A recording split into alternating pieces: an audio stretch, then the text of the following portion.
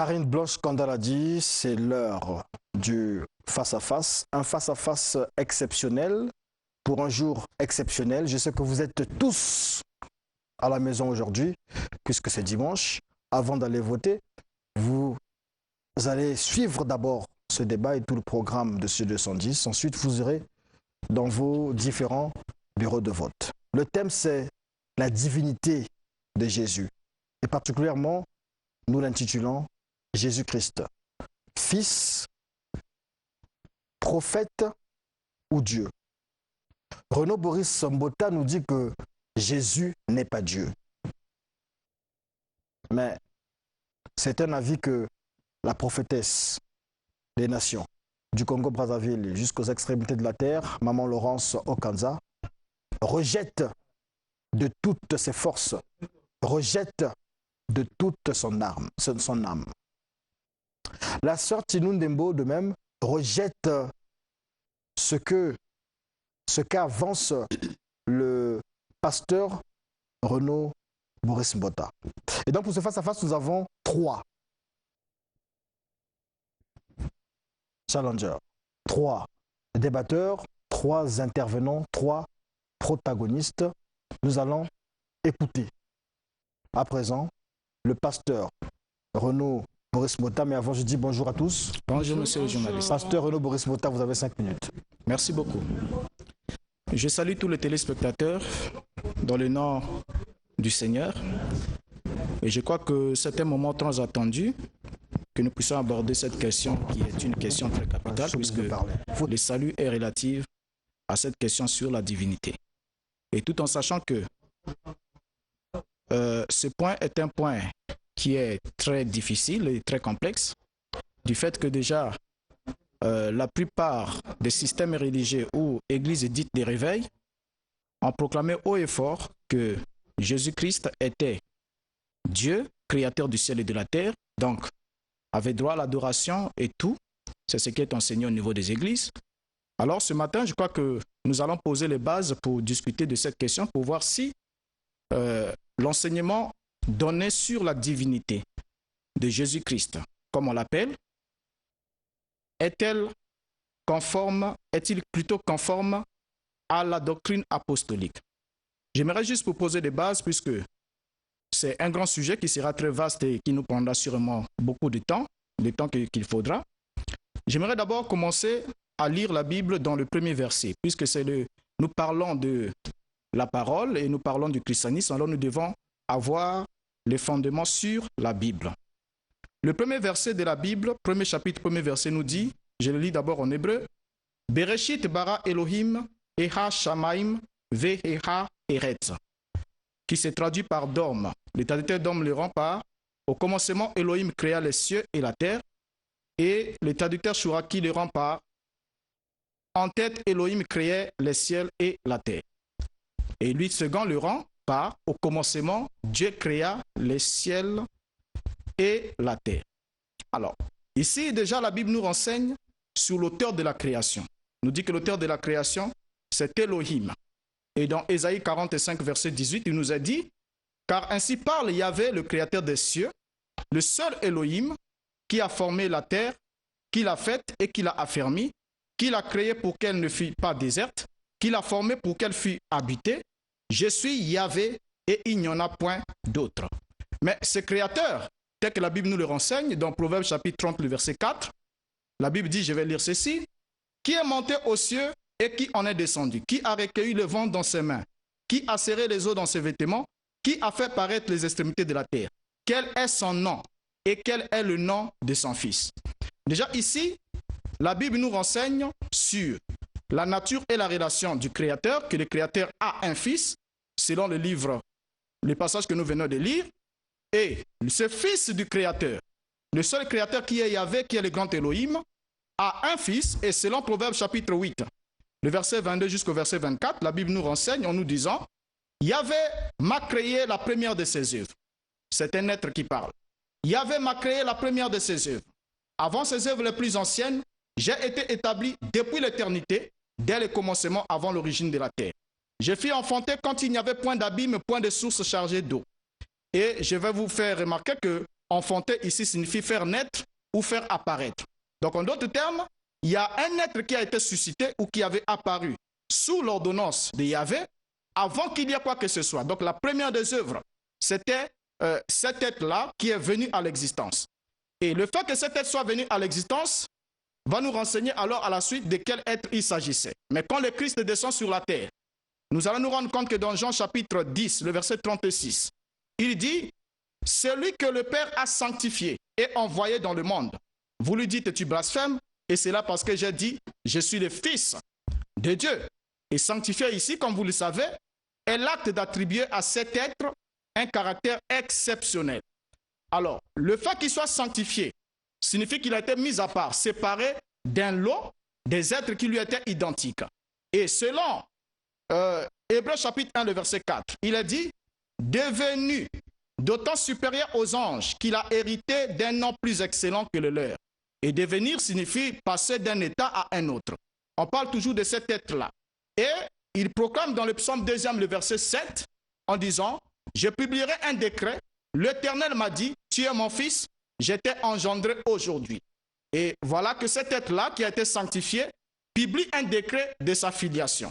Et selon Hébreux chapitre 5, la Bible dit « Car auquel des anges, Dieu a-t-il jamais dit, tu es mon fils, je t'ai engendré aujourd'hui, et encore, je serai pour lui un père et il sera pour moi un fils. » Alors, sur ce point-là, j'aimerais introduire là par là que Jésus-Christ n'est pas le Dieu créateur du ciel et de la terre, merci mais beaucoup, il est plutôt le Fils.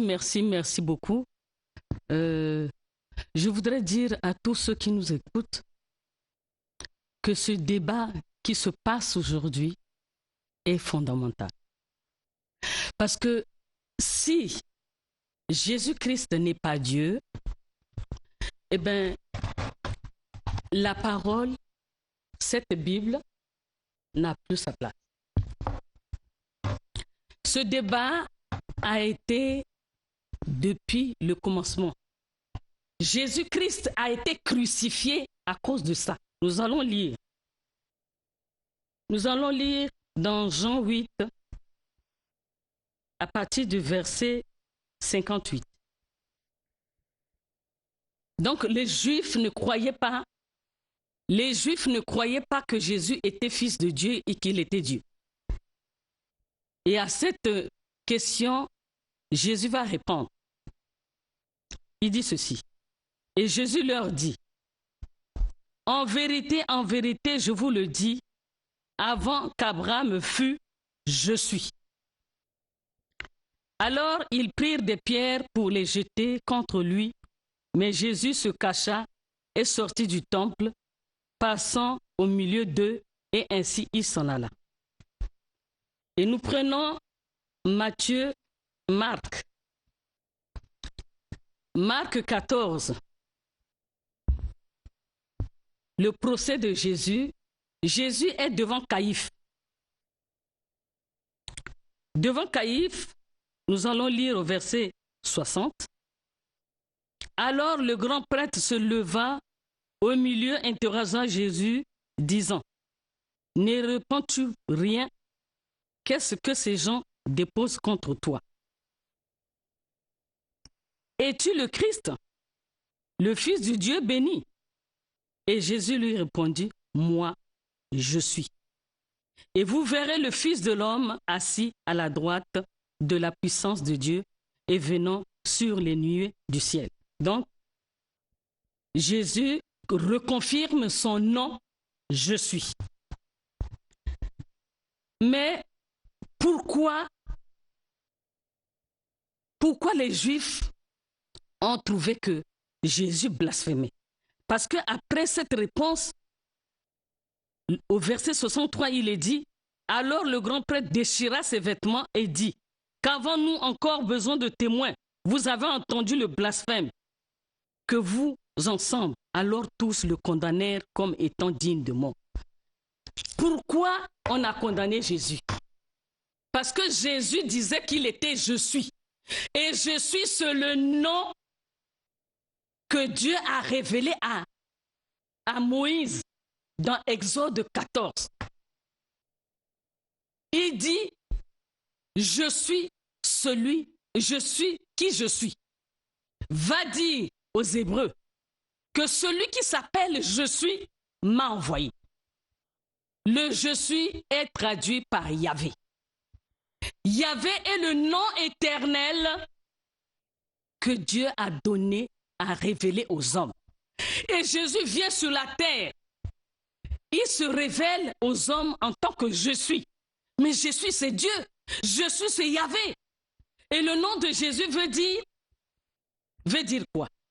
Le nom de Jésus veut dire Yahvé salut. Lorsque les quelques minutes qui me restent, nous allons dans Jean 1. Jean 1. Jean 1, il est dit ceci. Au commencement était la parole, et la parole était tournée vers Dieu. Et Dieu était la parole. Elle était au commencement tournée vers Dieu. Toutes choses ont été faites par elle, et rien de ce qui a été fait n'a été fait sans elle. Qui a créé? C'est la parole.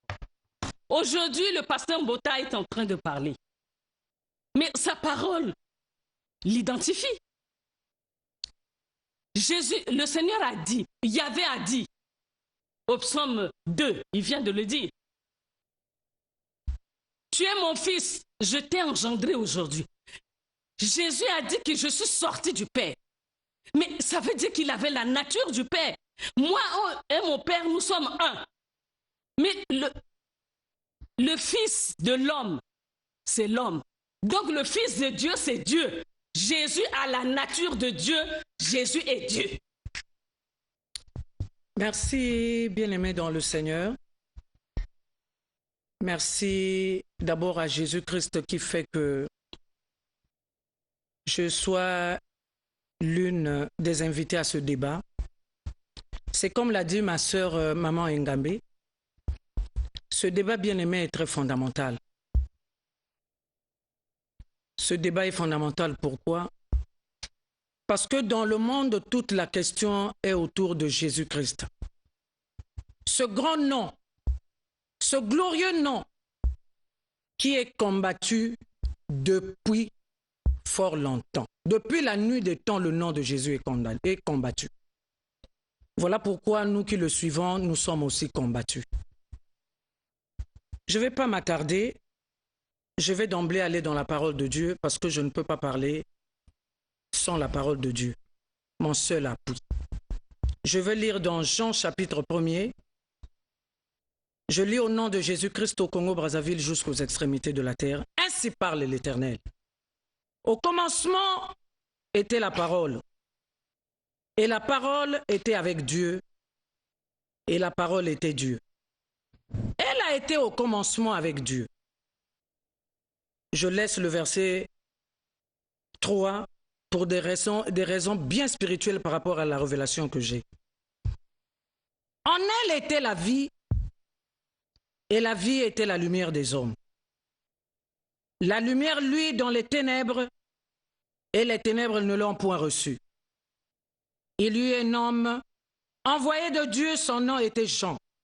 Il vint pour servir de témoin, pour rendre témoignage à la lumière, afin que tous crussent par lui. Il n'était pas la lumière, mais il parut pour rendre témoignage à la lumière. Alléluia, merci Saint-Esprit.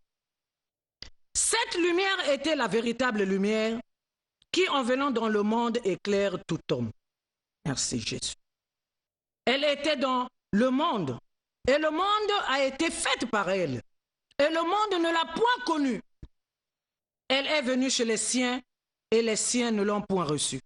Mais à tous ceux qui l'ont reçue, à ceux qui croient en son nom, elle a donné le pouvoir de devenir enfants de Dieu, lesquels sont nés, non du sang, ni de la volonté de la chair, ni de la volonté de l'homme, mais de Dieu.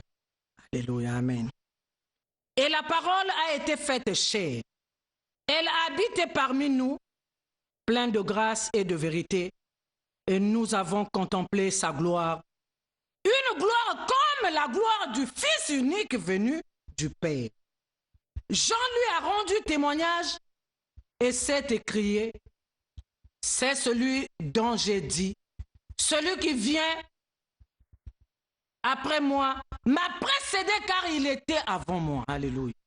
Et nous avons tous reçu de la plénitude et grâce pour grâce, car la loi a été donnée par Moïse, la grâce et la vérité sont venues par Jésus-Christ.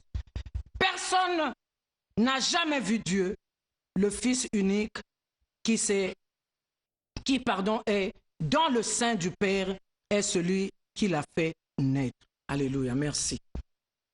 C'est pour vous dire ainsi que cette parole illustre comment Jésus est fils d'abord, l'envoyé de Dieu. Parce que dans l'ancienne alliance, il était question, dans l'ancienne alliance, c'est la dispensation du Père. Dieu était hors les hommes. Il parlait aux hommes hors d'eux. Et Jésus-Christ est le biais par lequel les hommes, comme a dit la parole de Dieu, la parole faite est chère, Jésus-Christ, sa venue nous fait rentrer dans la divinité. Même moi qui parle, le moment où Laurence est devenue servante de Dieu, c'est après avoir croisé Jésus-Christ qui m'a fait voir le Père. Voilà pourquoi je peux m'appeler aujourd'hui prophète. Jésus-Christ est le chemin, la vérité et la vie. Le chemin par lequel nous pouvons aller au Père, rentrer dans la divinité de Dieu. Là, je défends Jésus d'abord en tant que fils. Continuons le débat afin qu'on démontre que Jésus est Dieu. Merci. Merci beaucoup. Lorsque je constate déjà, je vois que il n'y a vraiment pas de débat, parce que là, j'ai posé les bases, aucune d'entre vous n'a contredit. Vous avez toutes les deux déclaré que Jésus était fils de Dieu, il était le Christ. Alors ça me fait beaucoup de bien de voir que vous marquez dans votre propre camp. Notez d'abord pour commencer qu'il existe réellement plusieurs dieux. Plusieurs. Quand vous lisez le livre de la Genèse ensemble, vous allez vous rendre compte que lorsque le Créateur crée l'homme, il dit « faisons l'homme à notre image ». Faisons l'homme à notre image, pas à mon image, mais faisons à notre image. Nous sommes là dans une pluralité d'êtres. Lorsque l'homme faillit, pour chasser, expulser l'homme du jardin d'Éden, il a dit « voici que l'homme est devenu comme l'un d'entre nous pour la connaissance du bien et du mal. Chassons-les, empêchons-les d'avancer sa main de toucher des pommes de l'arbre de vie, d'en manger, de vivre éternellement. » Là aussi, nous avons une pluralité d'êtres. C'est le Créateur qui parle, celui qui est traduit abusivement par Dieu ici dans d'autres traductions, c'est Elohim. Mais il dit, voici l'homme est devenu comme l'un d'entre nous, les Elohim. Là où on traduit par Dieu, l'un d'entre nous. Et il a été bien dit à Adam, à Ève plutôt. Elohim, c'est que le jour que vous mangerez, vos yeux s'ouvriront et vous serez comme des Elohim, dans la connaissance du bien et du mal. Et lorsque elles ont mangé de ces fruits défendus, leurs yeux se sont ouverts et elles ont atteint ce degré-là, ce niveau de connaissance comme le Créateur. Alors, j'ai dit tantôt qu'il existe plusieurs dieux. L'existence de plusieurs dieux peut être démontrée. Tout ce qui est adoré peut être appelé Dieu, en grec, théos, et étant donné que c'est l'adorateur qui lui attribue une certaine puissance supérieure à la sienne, et ensuite il commence à les vénérer, soit éprouver un profond respect pour cet être-là qu'il a eu à élever au rang de la divinité. En lisant Saint Paul, qui est l'apôtre qui a posé les bases, le fondement du christianisme, l'apôtre Paul déclare ceci, dans 1 Corinthiens chapitre 8, le verset 5 à 6. « Car s'il est des êtres qui sont appelés Dieu, soit dans le ciel, soit sur la terre, comme il existe réellement plusieurs dieux et plusieurs seigneurs, néanmoins pour nous, il n'y a qu'un seul Dieu, Père. » Donc ici, l'apôtre Paul reconnaît qu'il y a au ciel des êtres qui sont appelés Dieu. Il y a sur la terre des êtres qui sont appelés Dieu. Et sur la terre, on avait les Baals, on avait les Molochs, on avait toutes ces divinités-là. Mais au ciel aussi, il y avait des divinités. Parce que le Créateur, je vais vous descendre ici, quand vous lisez dans le psaume 45, la Bible dit, tu as aimé la justice, tu as haï l'iniquité. Oh Dieu, voilà pourquoi ton Dieu t'a oint d'une huile de joie, par privilège au-dessus de tes collègues. Donc avant que cet être-là qui est devenu le Christ puisse venir dans le monde, il a d'abord eu une existence, il a d'abord existé auprès du Père. Comme la sœur a dit, il a dit avant qu'Abraham fût « je suis », cela ne signifie pas qu'il est le créateur du ciel et de la terre. Il a juste affirmé qu'il a eu une préexistence avant qu'Abraham ne soit, puisqu'il est le premier-né de la création d'Élohim. Alors ici, il a dit, oh Dieu, ton Dieu t'a oint d'une huile de joie. Et quand il est oint d'une huile de joie, il devient celui qu'on appelle le Christ. Donc avant qu'il vienne dans le monde, il a d'abord reçu une onction. Il a d'abord été oint. Et quand il est oint, alors il devient Christ. Et c'est là que la Bible dit, le Christ entrant dans le monde. Hébreux chapitre 10, verset 5. Le Christ entrant dans le monde dit, tu n'as voulu ni sacrifice ni holocauste, mais tu m'as formé un corps. Qui lui a formé le corps dans le sein de la femme avant qu'il ne naisse? C'était son père. Donc jusqu'ici, vous n'avez apporté aucune évidence qui atteste que Jésus-Christ soit le créateur du ciel et de la terre. Cette doctrine est erronée, elle n'est pas apostolique. Elle n'est pas apostolique et puis elle égare. Elle fait des gens des ouvriers de l'iniquité condamnés pour l'enfer. Vous devez y revenir. Regardez encore votre façon de regarder les choses, même quand vous dites au commencement était la parole était avec Dieu et la parole était Dieu. Évidemment, Dieu était entouré des dieux. Il est appelé El Elyon, l'Élohim suprême. En d'autres termes, il règne au-dessus de toutes les autres divinités. Même Satan est Dieu. Vous ne le savez pas? La Bible dit le Dieu de cet âge mauvais, Satan. Même Satan est Dieu. Tous les êtres célestes ont été créés dans la forme de Dieu. Ils sont des divinités. Mais au-dessus de toutes ces divinités, il y a un Dieu suprême qui est au-dessus de Jésus-Christ et qui le restera toujours. Alors, égaler Jésus-Christ au Dieu créateur qu'il appelle son Père, c'est un acte de blasphème. Et quand la sœur m'a dit que, voilà, il va être crucifié à cause de cela, c'est faux. Il devait être crucifié parce qu'il avait déclaré qu'il pouvait donner la vie éternelle. Chers téléspectateurs, il y a une question que je veux poser au pasteur Mbota. Pasteur Mbota, qui vous a établi pasteur. Et je voudrais dire, Deutéronome 6, verset 4, l'unicité de Dieu, Dieu est un. Écoute Israël, Yahvé notre Dieu, Yahvé est un. Tu aimeras donc Yahvé ton Dieu de tout ton cœur, de toute ton âme et de toute ta force. Ensuite, allons-y dans l'Apocalypse 19. L'Apocalypse 19. Qu'est-ce que Dieu dit? Jésus dit ceci. Jésus est en train, Jean se révèle. Dieu se révèle à Jean. Dieu se révèle à Jean et il donne toutes les attributs de Dieu. Déjà dans Ésaïe 9, la Bible dit qu'un enfant nous est né et on l'appellera Emmanuel, conseiller, admirable, Père éternel, Dieu puissant. Cet enfant, c'est qui? Qui peut être appelé Père éternel? C'est qu'il est Dieu. Donc, dans l'Apocalypse 19, Jésus dit ceci. Verset 11. Voilà la gloire du Messie. Parce que si le Messie n'était pas Dieu, on ne l'aurait pas crucifié. Puis je vis le ciel ouvert, et voici parut un cheval blanc. Et celui qui était monté dessus s'appelle fidèle et véritable. Et il juge et combat avec justice. Au verset 13. Il était revêtu d'un vêtement teint de sang et son nom s'appelle la parole de Dieu. Monsieur Mbota, vous êtes un polythéiste. Je voudrais savoir qui vous a établi pasteur.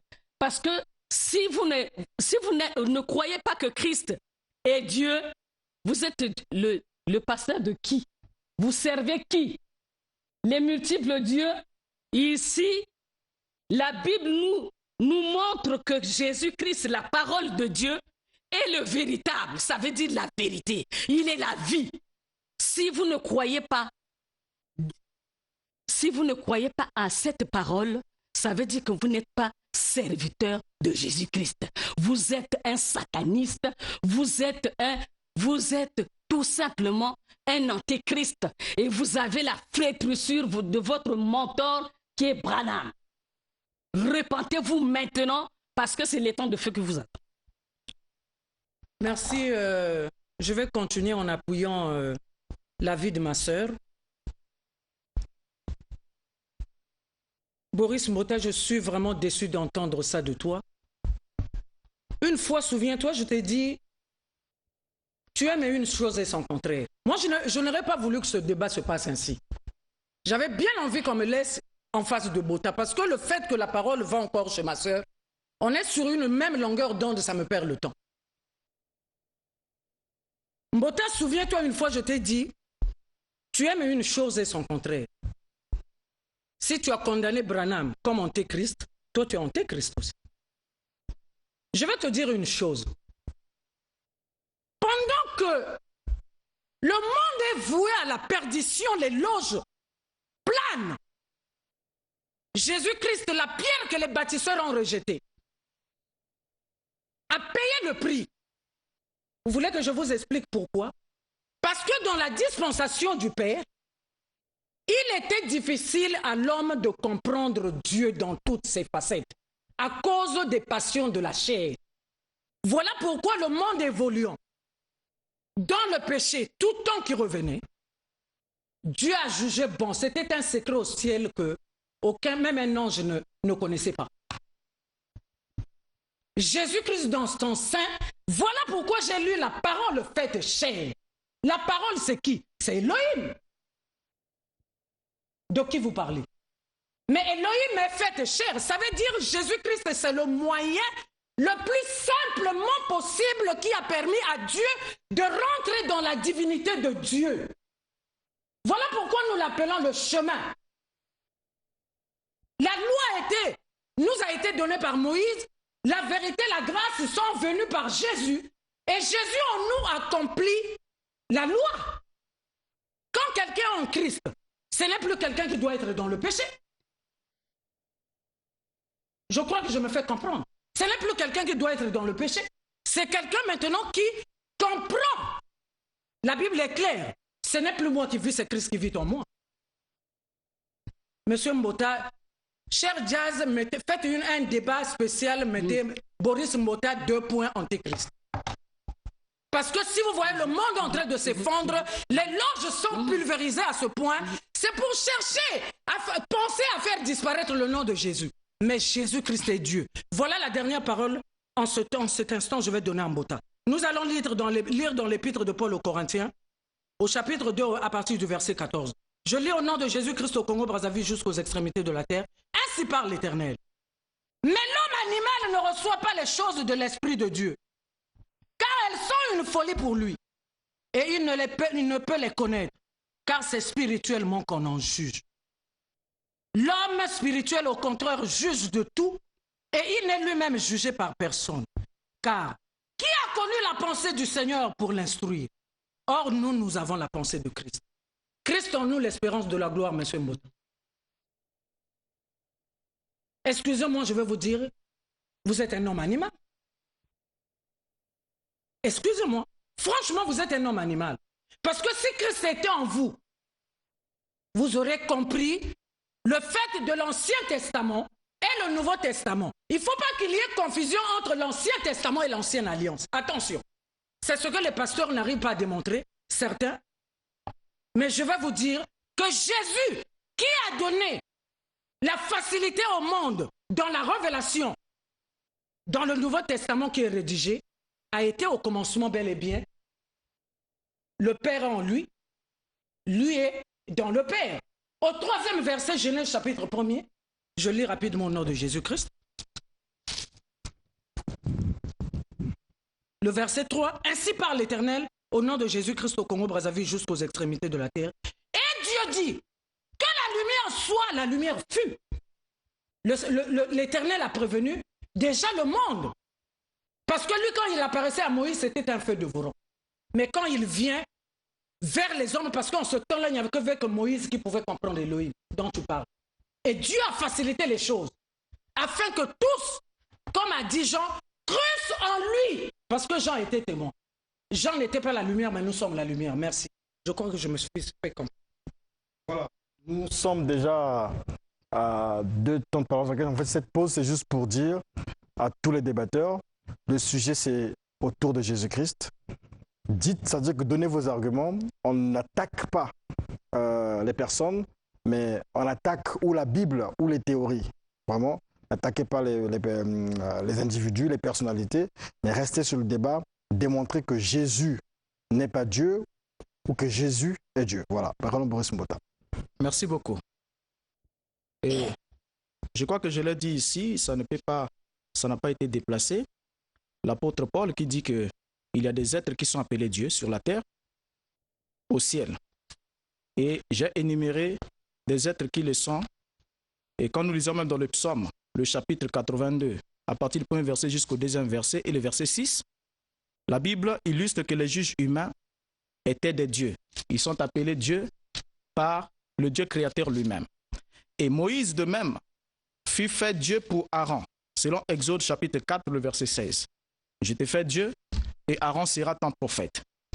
Et il fut aussi fait Dieu pour Pharaon, selon Exode chapitre 7, le verset 1er. Moïse fut donc un vrai Dieu pour son frère Aaron et pour Pharaon. C'est une vérité biblique. Le fait d'accepter que Moïse ait été établi Dieu pour Aaron et pour Pharaon ne fera pas de celui qui l'accepte un polythéiste. Et déjà là, s'il faut rentrer dans la définition de cette expression de polythéisme, ma sœur Marie, je crois que vous devez encore revoir un peu ce terme-là pour regarder, pour comprendre que lorsque l'apôtre Paul dit qu'il reconnaissait l'existence de plusieurs dieux, mais il a démontré qu'il ne tolérait l'adoration que d'un seul. Un seul qui est suprême, au-dessus de tout. Voilà pourquoi on l'appelle en hébreu El Elyon. El Elyon signifie l'Élohim suprême. Or, qui dit suprême dit automatiquement qu'il y a aussi des êtres subalternes du même rang. Donc, vous ne pouvez pas parler, dire aujourd'hui que la divinité, je vous ai posé un point ici. Je vous ai donné le psaume 45. Jusqu'ici, en développant votre argumentaire, vous ne touchez à rien de ce qui vous est apporté, de ce que je vous apporte comme élément. Je vous ai demandé ici de nous dire, quand on lit dans la Bible, il est dit que le Christ était l'élu des dieux. Luc chapitre 23, le verset 35. L'élu. Or, un élu est celui qui a fait l'objet d'une préférence spéciale dans un ensemble. Mais comment a-t-il été élu par Dieu? Il a été élu au-dessus de quelle assemblée? Et quand on regarde dans la Bible, cette élection-là lui a conféré alors ce qu'on appelle la filiation. On prend ici le psaume 45, le verset 8. La Bible dit, « Tu aimes la justice et tu hais la méchanceté. C'est pourquoi, oh Dieu, ton Dieu t'a oint d'une huile de joie par privilège sur tes collègues. » Dans d'autres traductions, il est dit, « Sur tes égaux. » Donc, il y a un Dieu suprême qui place l'onction sur un autre Dieu, et c'est Dieu qui est oint à d'autres êtres qui sont égaux à lui. Mais c'est lui qui a été élevé de préférence au-dessus de tous ces êtres-là. Et voilà pourquoi celui qui devient Satan est une divinité. Satan est Dieu, la Bible le dit. Vous le lisez, vous avez la Bible, vous le méditez chaque jour. Le Dieu de cet âge mauvais a aveuglé l'intelligence des incrédules. Satan est Dieu. Il est adoré. Les anges et les principautés célestes sont des divinités. Mais au-dessus de toutes ces divinités, il y a une divinité suprême, c'est lui que Jésus-Christ adorait et servait. Jésus a été élevé au-dessus des autres divinités subalternes pour avoir le rang de fils et accomplir une mission, mais il est toujours resté subordonné à son Père. Vous n'allez pas trouver un seul verset ici qui illustre que Jésus est le créateur du ciel et de la terre. Ça n'existe pas. Quand on dit qu'au commencement était la parole était avec Dieu et la parole était Dieu. La parole était Dieu. C'est Dieu qui était la parole. C'est une divinité subalterne. Et la Bible dit, et la parole a été faite chair. Mais qui a fait la chair? Ce n'est pas la parole qui s'est faite chair. Elle a été faite. Ce sont des règles les plus simples, les plus fondamentales. Alors, ici, vous allez nous répondre, quand vous parlez de Christ, vous dites non, Christ. Christ signifie en grec, ça vient de Christos, qui signifie celui qui est oint. Alors, vous allez nous décortiquer Christ quand vous allez prendre la parole ici, pour nous dire, Christ signifie quoi? Il signifie une personne ointe. Et pour qu'on puisse avoir Christ, il faut qu'il y ait une entité qui passe l'onction sur une autre entité. Qui a oint qui? Afin qu'il devienne Christ. Parce qu'avant d'entrer dans le monde, il était d'abord Christ. Et la Bible dit, ton Dieu t'a oint d'une huile de joie. Alors, il avait un Dieu au-dessus de lui. Il a été oint, mais il avait aussi des égaux. c'est l'onction qui l'a démarqué du milieu de ses égaux. Donc, en dehors de Jésus-Christ, qui existait dans la forme de Dieu au ciel, il y a aussi des divinités qui étaient au ciel. D'autres sont restés fidèles sous Elohim, mais d'autres se sont révoltés et ont suivi Satan. Mais ils sont des dieux, ils sont des divinités. Et cela ne fait pas de croyants des polythéistes. Alors, en regardant ici dans cette Bible, je pourrais dire ça aux téléspectateurs qui sont à la maison, qu'ils prennent les 2 premiers versets de chaque épître. Vous allez voir ce que les apôtres avaient comme conception sur la relation qu'il avait entre Dieu le Père et Jésus-Christ son Fils. Vous savez, ça veut dire à vous entendre, Boris Mbota, il ne faut pas prendre le temps de distraire le monde. Je vais encore vous dire une chose. C'est comme venait de dire ma sœur, au sortir de cette émission, moi, ma prière est que Dieu vous fasse grâce. Sans ça, c'est la mort qui vous suivra. Je vous dis la vérité, c'est la mort qui vous suivra. Parce que c'est bien démontré, c'est clair. Christ, vous avez vu quand j'ai lu Jean 1, je n'ai pas lu le verset 3. Pourquoi? Parce que ce verset est accompli.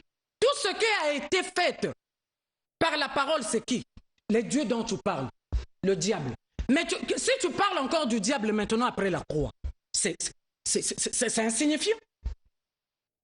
Jésus a vaincu le diable à la croix. Le diable, même quand Dieu l'a créé, il avait un rôle. C'était pour apporter la lumière.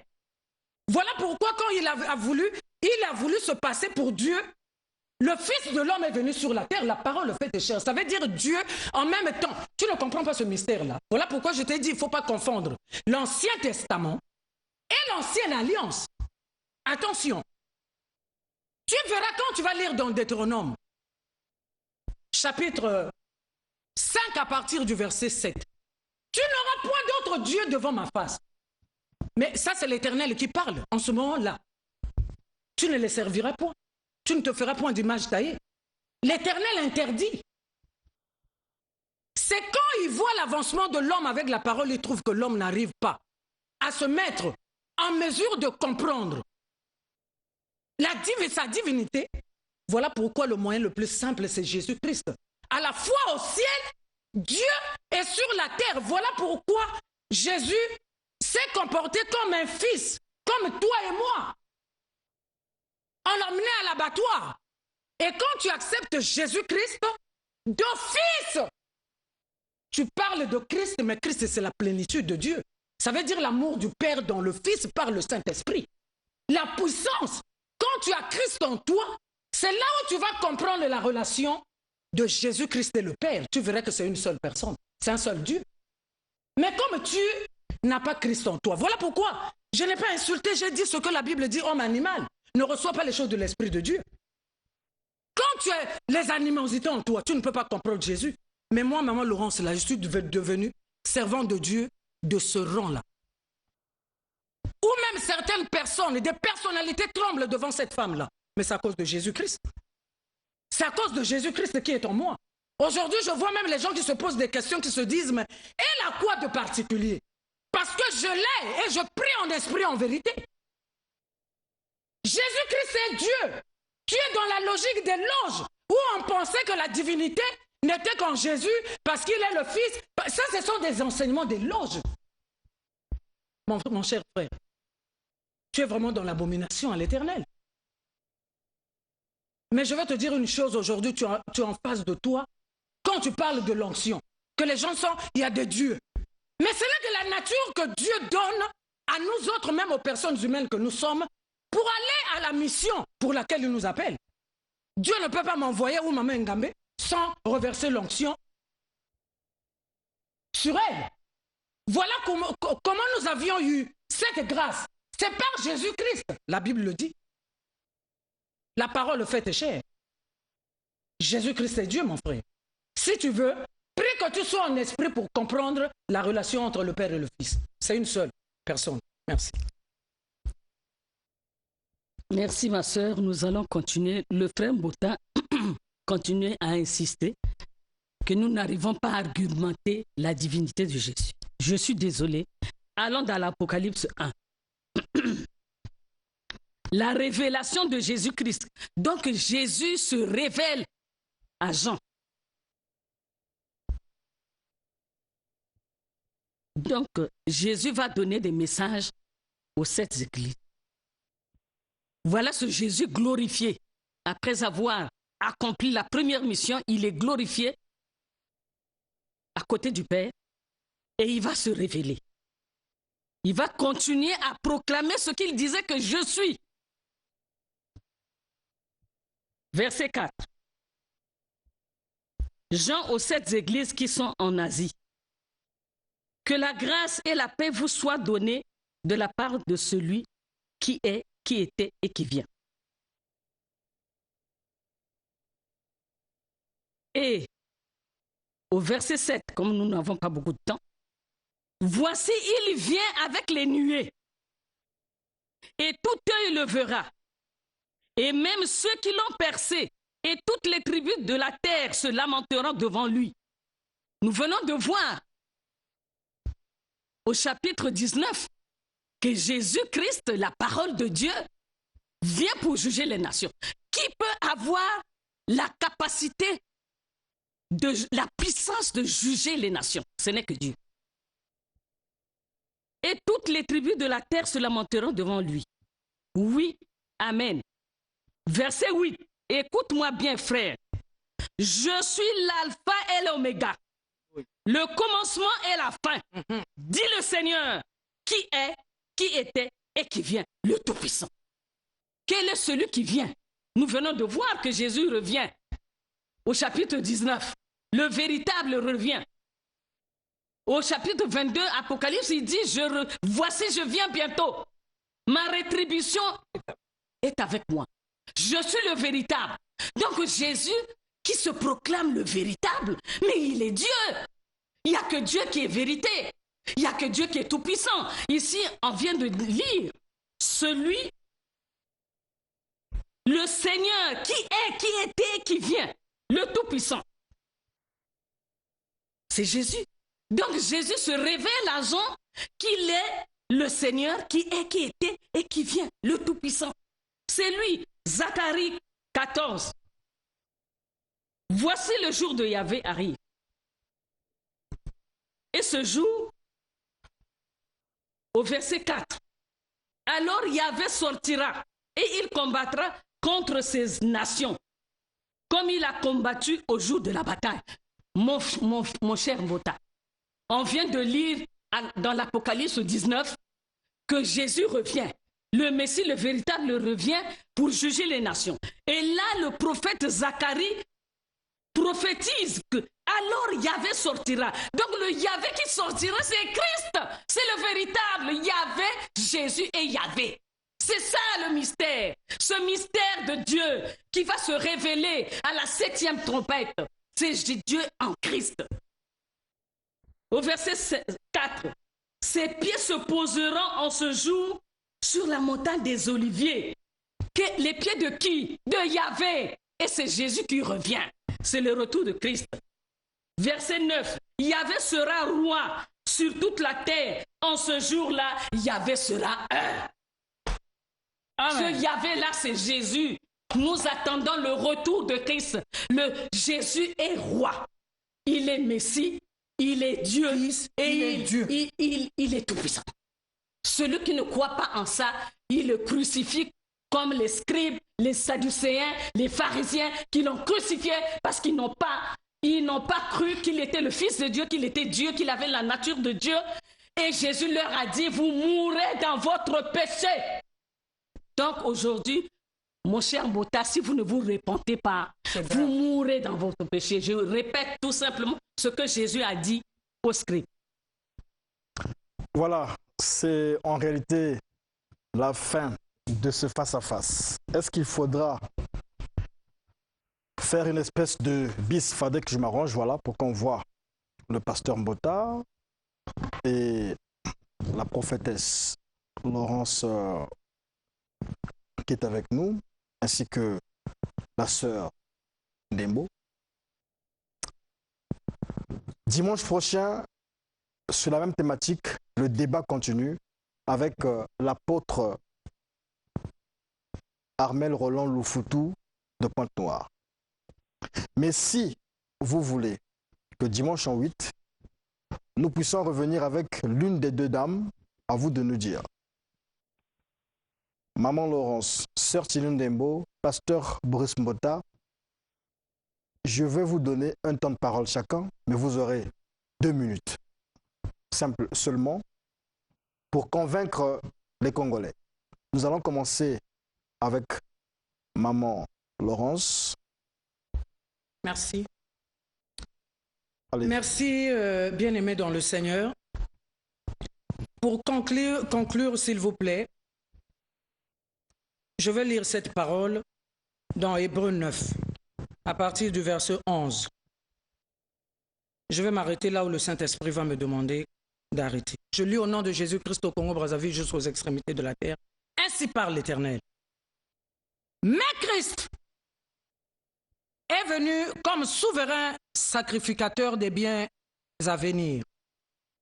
Il a traversé le tabernacle le plus grand et le plus parfait qui n'est pas construit des mains d'hommes, c'est-à-dire qui n'est pas de cette création. Et il est entré une fois pour tous dans le lieu très saint, non avec le sang des boucs et des veaux, mais avec son propre sang, ayant obtenu une rédemption éternelle. Si ce n'est Jésus qui peut donner la rédemption à l'église que nous sommes. C'est là où je vais dire au pasteur Mbota, arrêtez de divertir les gens, arrêtez de faire croire aux gens de donner ce message. Pour finir, je vais lui dire, on voit des sectes. Sa secte s'appelle quoi? Et son gourou, c'est qui? Merci. Je crois que je me suis fait comprendre. La sœur Tsilun Dembo. Ben, je crois que tout ce que je peux dire aujourd'hui, je remercie le Seigneur parce que tout ce qui s'est passé aujourd'hui, c'est l'accomplissement des prophéties. Parce que le Seigneur a dit, plusieurs viendront à mon nom, vous les reconnaîtrez à leurs fruits. Le pasteur Mbota n'a pas la sainte doctrine. Celui qui ne croit pas que Christ est Dieu, il est la parole de Dieu et c'est lui qui revient que nous attendons, alors il n'est pas un disciple de Jésus-Christ. Tout ce que je veux lui demander, c'est que nous sommes dans le temps de la grâce.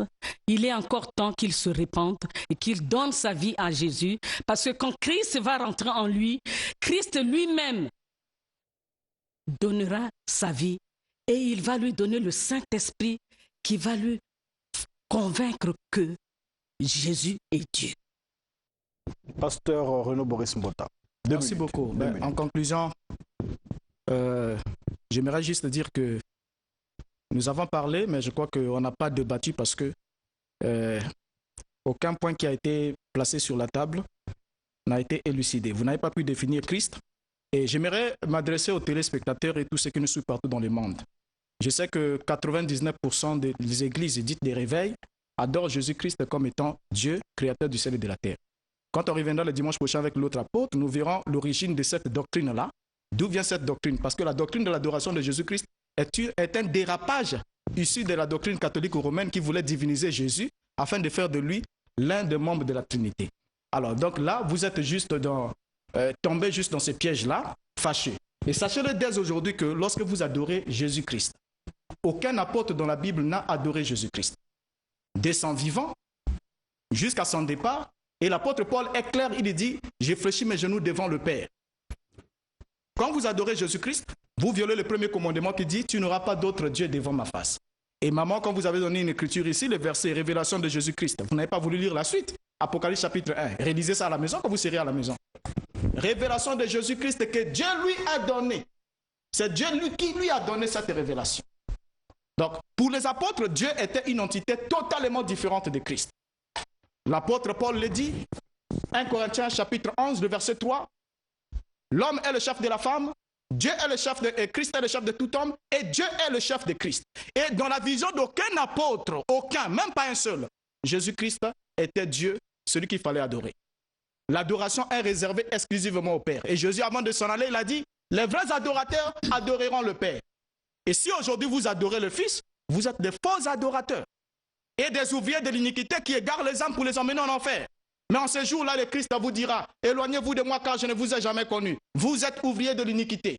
Parce que vous ne faites pas la volonté de son Père. Merci beaucoup, pasteur Renaud Boris Mota. Mais juste une minute, pasteur Boris Mota.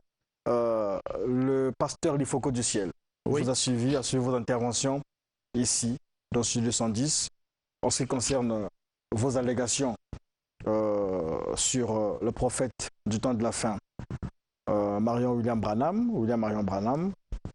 Et il a fait un droit de réponse. Mais en fait, le droit de réponse devait être ici. Mais en fait, il a réagi dans une chaîne au niveau de Pointe-Noire. Mais j'ai appris aussi qu'il a dit que vous devriez faire un débat. Si débat avec vous, il faudrait faire ce débat-là à Lukolela, où vous avez été pasteur, puisque le pasteur Lifoko croit au message du temps de la fin, donc au message de William Marion Branham. La condition qu'il pose, c'est que vous puissiez aller à Lukolela faire le débat avec la presse à sa charge. Qu'est-ce que vous répondez au pasteur Lifoko? Vous avez une minute. Bon, la réponse que je peux donner au pasteur Lifoko, c'est juste lui faire comprendre qu'il est en train de s'amuser. Parce que j'ai parlé ici à la télévision nationale. Les autres m'ont affronté ici. S'il avait un droit de réponse à me donner, il devait le faire en face de moi. Donc il a peur de vous affronter ici. Il a peur, totalement peur. Même quand il pose la condition d'aller à Lukolela, je le lui ai dit. Je l'ai répondu quand il a multiplié les appels hier vers le journaliste pour dire non, dis-lui, s'il veut qu'on débatte, qu'on est à Lukolela. Mais Lukolela n'a rien à voir. Il n'y a pas de médias à l'abbaye. Lukolela n'a rien à voir. Est-ce que c'est praticable aller à Lukolela avec un bon nombre de personnes? Si, je lui ai dit, j'ai répondu à Lifoko. J'ai dit, je viendrai d'abord à Pointe-Noire. Puisque vous avez parlé dans les chaînes locaux de Pointe-Noire, il y a des gens qui sont maintenant dans la confusion. Je viendrai, vous allez répéter ces choses-là devant moi. Et une fois qu'on aurait fini là-bas, nous irons à Lukolela comme tu le souhaites. On peut prendre, on quitte directement Pointe-Noire, on monte sur Lukolela. Ça ne changera absolument rien. Donc, c'est pour moi, comme je l'ai dit, c'est une fuite en avant. Il faut qu'on être conscient. Il sait qu'il ne peut pas défendre le message de Branham. Le message de Branham est erroné. C'est quelqu'un que je connais très bien. J'ai vécu avec lui, j'ai mangé sur la même table que lui, dans la même assiette. J'ai dormi dans sa maison. Je le connais dans toutes les dimensions. Que ce soit physiquement, comme spirituellement. C'est-à-dire spirituellement, c'est-à-dire. Oui, je sais ce qu'il est. Oh. Oui, quand il sera en face de moi, je le lui dirai. D'accord. C'est la fin du face-à-face. Donc voilà, la balle est donc du côté de la réalisation Arsilando.